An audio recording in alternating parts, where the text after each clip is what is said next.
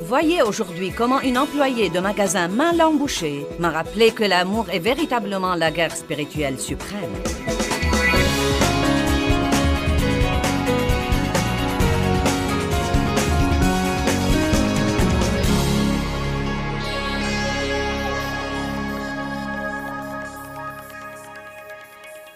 J'avais l'habitude de passer énormément de mon temps à réprimer les démons. J'ai appris toutes les expressions de la guerre spirituelle. Quand je suis d'abord devenu membre du mouvement de la parole et de la foi, il y avait beaucoup d'enseignements sur la guerre spirituelle. Nous avions des séminaires sur la guerre spirituelle. Je te réprime, Satan! Arrière de moi, Satan! Je te lis au nom de Jésus-Christ. Je me rappelle cette époque où je passais la moitié de mon temps à réprimer le diable et tout ce que je faisais était d'épuiser ma voix.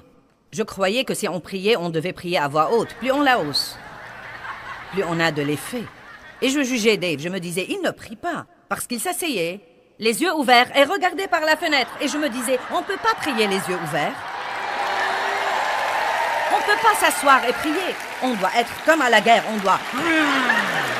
Donc, je marchais, et je criais, et je hurlais. Et Dave regardait paisiblement les nuages, et regardait l'air comme ça.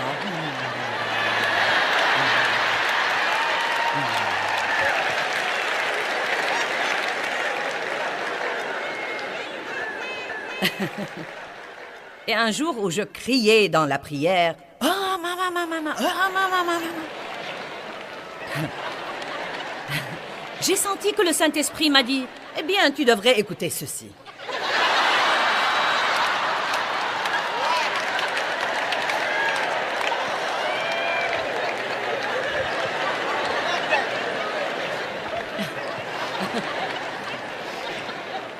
Et puis j'ai commencé à avoir cette révélation. Il m'a dit, « Jésus n'a jamais eu de problème avec le diable. » Pourquoi ne pas étudier et voir comment il faisait la guerre spirituelle? Il n'a jamais eu d'ennui avec le diable. Il restait en relation étroite avec Dieu. Éphésiens 6, 10, « Tirez vos forces de lui, cette force qui vient de votre union avec lui. » Il marchait dans la paix, il ne laissait jamais rien le troubler. Pas étonnant que Dieu ait dit à Moïse et que Moïse ait dit aux Israélites quand ils étaient entre la mer Rouge et l'armée égyptienne, « Gardez votre paix et Dieu combattra pour vous. » La paix est une guerre. Car quand vous gardez la paix dans une situation difficile, vous prouvez que vous faites confiance à Dieu. Ne dites pas « je fais confiance à Dieu » pendant que vous piquez une crise. Mais prouvez que vous lui faites confiance. Revêtez-vous de la justice. Sachez qui vous êtes en Christ. Le royaume de Dieu, ce n'est pas les choses. C'est la justice. Vous savez qui vous êtes en Christ et de ce fait, vous avez la paix. Puis vous avez la joie dans le Saint-Esprit. Je me rappelle toutes ces années que j'ai passées à réprimer le diable. Et vous savez quoi? Je priais pour tant de choses dont je n'avais pas plus besoin qu'un homme sur la lune. Je priais pour un manteau de fourrure. Tout le monde portait des manteaux de fourrure à l'époque. C'était comme un signe de prestige. Donc je priais pour un manteau de fourrure. Et je priais pour l'agrandissement de mon ministère. Et vous savez, je priais pour une promotion. Et je priais pour ceci. Et je priais pour cela. Je n'avais pas la moindre idée de qui j'étais en Christ. Je vivais sous la culpabilité et la condamnation tout le temps. Allez! Je n'avais pas de paix, je n'avais pas de joie. Et je disais que j'étais une enfant du royaume. J'étais complètement ignorante là-dessus. J'étais une chrétienne superficielle. J'étais une chrétienne charnelle. Tout dépendait de ce que je voulais, de ce que je pensais et de ce que je ressentais. J'avais un appel sur ma vie. Et à cette époque-là, j'enseignais à 25 personnes dans ma salle de séjour. Et 5 ans plus tard, j'ai eu une petite promotion de Dieu et j'enseignais dans une église à Saint Louis où j'étais parmi les pasteurs associés. J'avais un appel mondial, international, énorme sur ma vie, mais Dieu n'allait pas me promouvoir avant que je n'apprenne vraiment à rester habillé spirituellement. Parce que si Dieu choisit de vous mettre dans de hauts lieux pendant que vous êtes nus spirituellement, le diable vous tuera.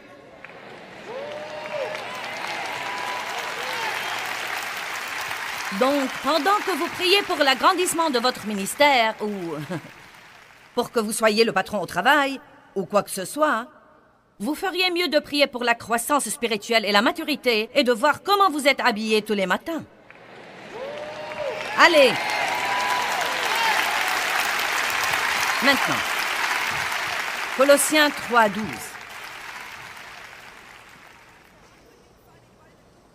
C'était une chose énorme, énorme pour moi quand Dieu m'a montré toute cette affaire de se revêtir et de se dépouiller et d'être habillé spirituellement. Et je me souviens même que je participais à des séminaires où on parlait de se revêtir de cette armure et on enseignait aux gens de se mettre debout et on leur disait « Mettez votre ceinture, mettez votre casque, mettez votre cuirasse, mettez vos chaussures. » Mais vous voyez, tout ceci ne sert à rien si vous ne l'exercez pas. Non mais je peux mettre mes chaussures de paix tous les matins et en même temps vouloir donner une bonne raclée à mon enfant. Vous savez, j'ai découvert que j'étais très paisible et que je m'entendais bien avec tout le monde jusqu'à ce que quelqu'un rentre à la maison.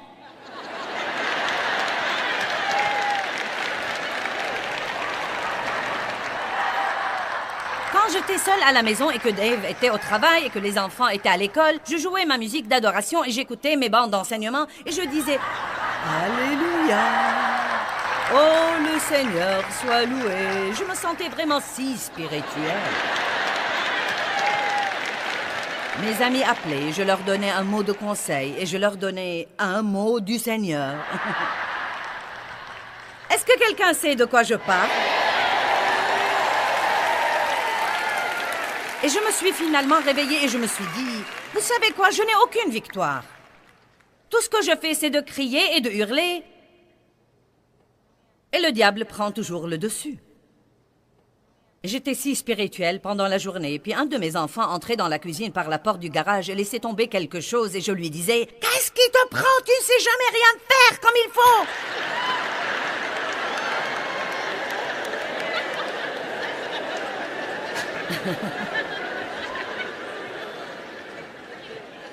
Et après avoir piqué ma crise, je me sentais coupable. Dieu, je ne peux pas m'en empêcher.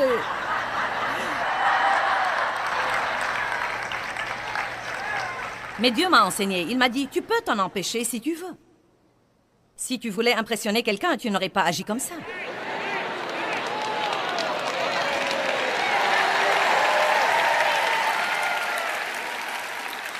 Donc, revêter est une instruction qui nous dit de faire quelque chose exprès. Colossiens 3:12. Nous nous amusons beaucoup aujourd'hui. La chose la plus importante, c'est ce que nous faisons, et surtout ce que nous faisons quand il n'y a pas une personne que nous voulons impressionner, là. Vous m'entendez? L'important, c'est ce que nous disons et nous faisons, et non pas à quel point notre Bible est soulignée et coloriée en jaune et rose et bleu. Vous pouvez colorier votre Bible, mais ça ne veut pas dire que vous savez quoi que ce soit. Nous nous sentons si spirituels quand le pasteur dit « Ouvrez à tel et tel endroit » et votre Bible est toute soulignée et surlignée. Vous la faites bouger un peu dans l'espoir que votre voisin la verra. Vous savez tous pourquoi vous riez, car vous savez exactement de quoi je parle. Oh oui. Je connais très bien ce passage-là. Oh mon Dieu.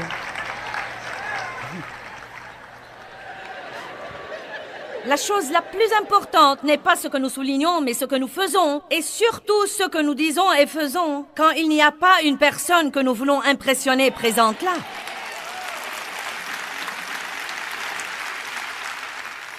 C'est pourquoi il est très important de bien traiter tout le monde est de respecter tout le monde. Il est très important d'honorer tout le monde, non seulement ceux avec qui vous voulez être en bon terme ou ceux dont vous voulez vous attirer les faveurs. Mais vous devez surtout être gentil avec ceux qui, dans le naturel, ne sont rien pour vous, mais sont quelque chose pour Dieu.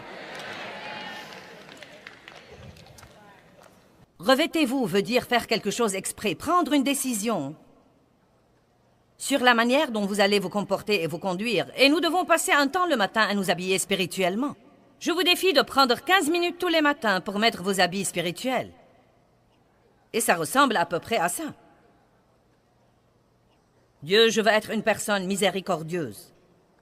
Quand les autres ne feront pas tout comme je voudrais, aussi vite que je voudrais, je me revêtirai de la miséricorde. Si ce type qui conduisait hier et qui m'a donné la moitié du signe de la paix...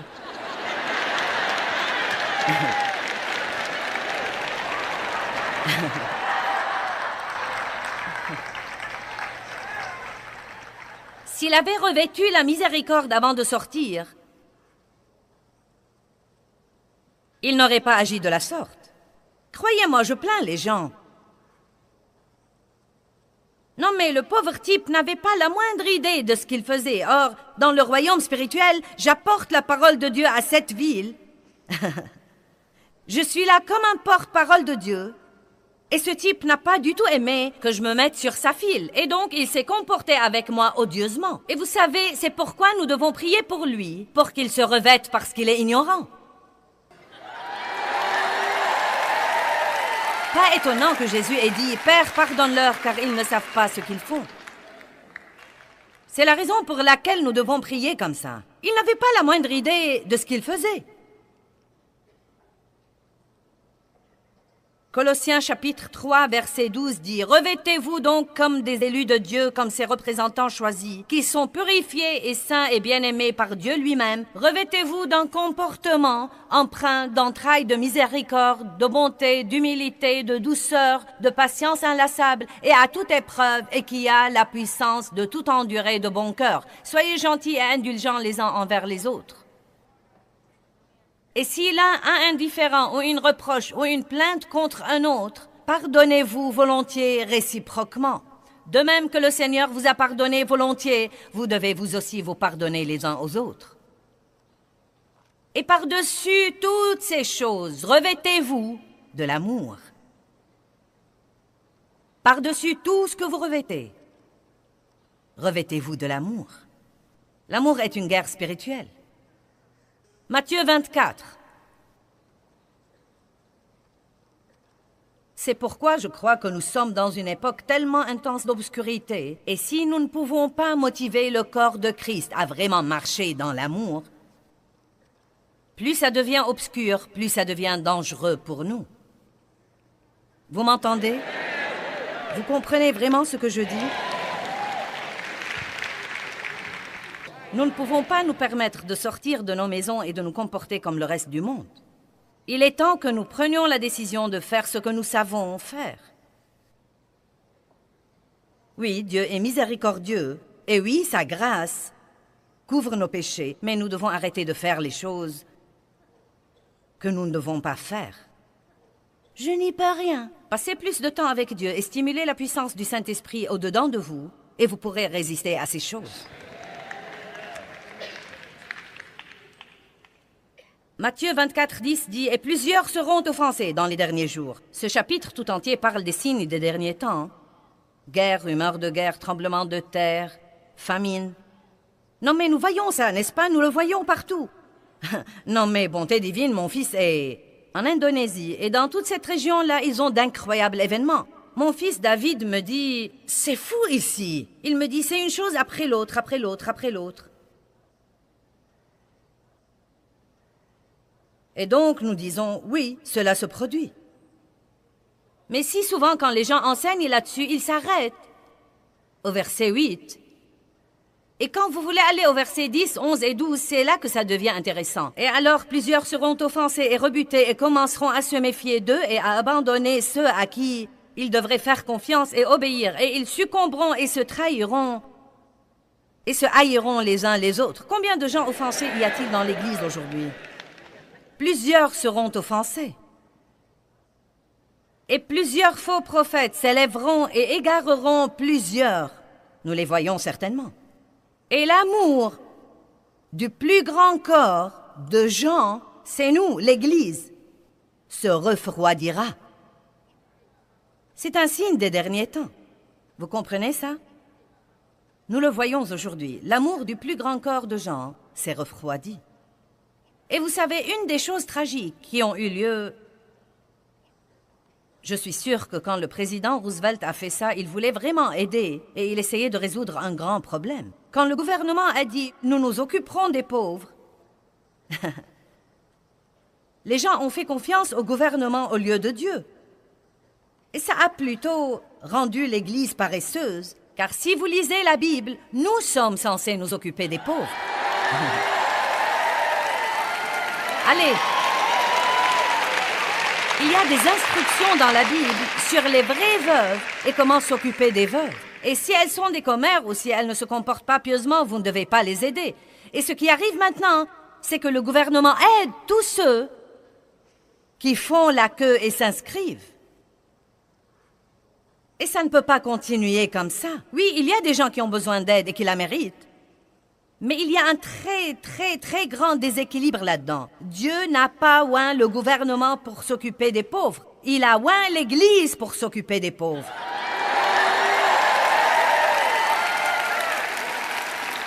Mais nous n'avons pas compris ce qui arrivait. Ça avait l'air d'être une bonne affaire. Nous payons plus de taxes et vous faites le travail. Nous préférons la plupart du temps jeter un peu d'argent plutôt que de mettre la main à la pâte.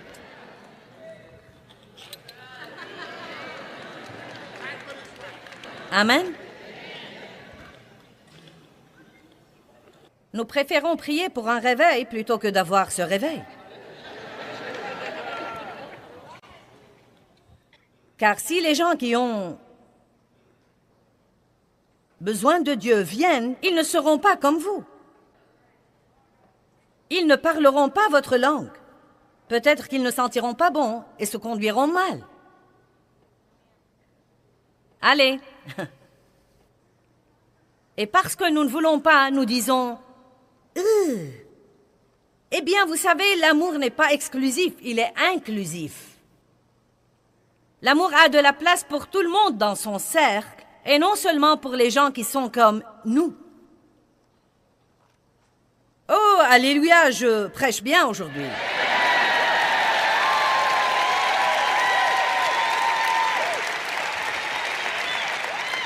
Je raconte toujours l'histoire d'une employée qui jure.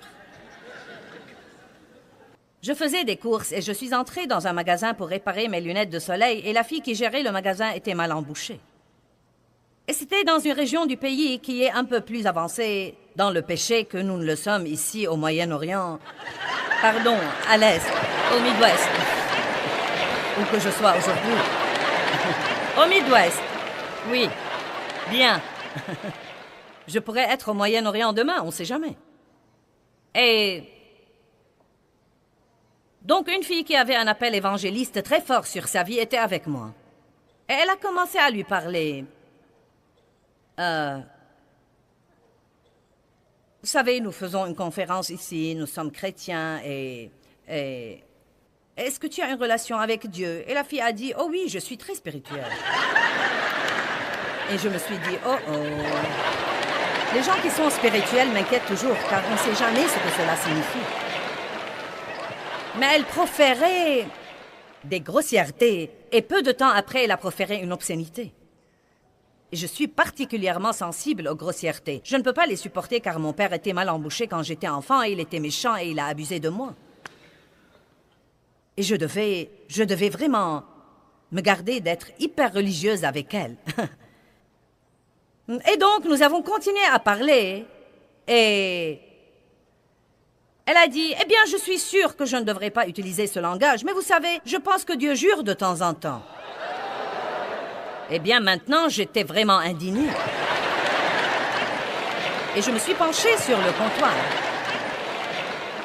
Et je lui ai dit, « Dieu ne jure jamais. » J'allais tout de suite défendre la réputation de Dieu, vous voyez? Mais la fille évangéliste qui était avec moi a intervenu directement et elle lui a dit « Mais il aime les gens qui jurent. »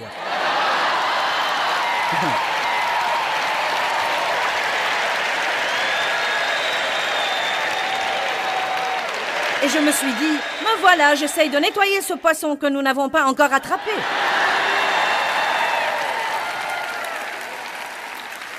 N'est-ce pas ce que nous faisons la plupart du temps? Nous essayons de corriger les gens et de redresser leur comportement avant de leur montrer assez de l'amour de Christ pour les intéresser à être chrétiens.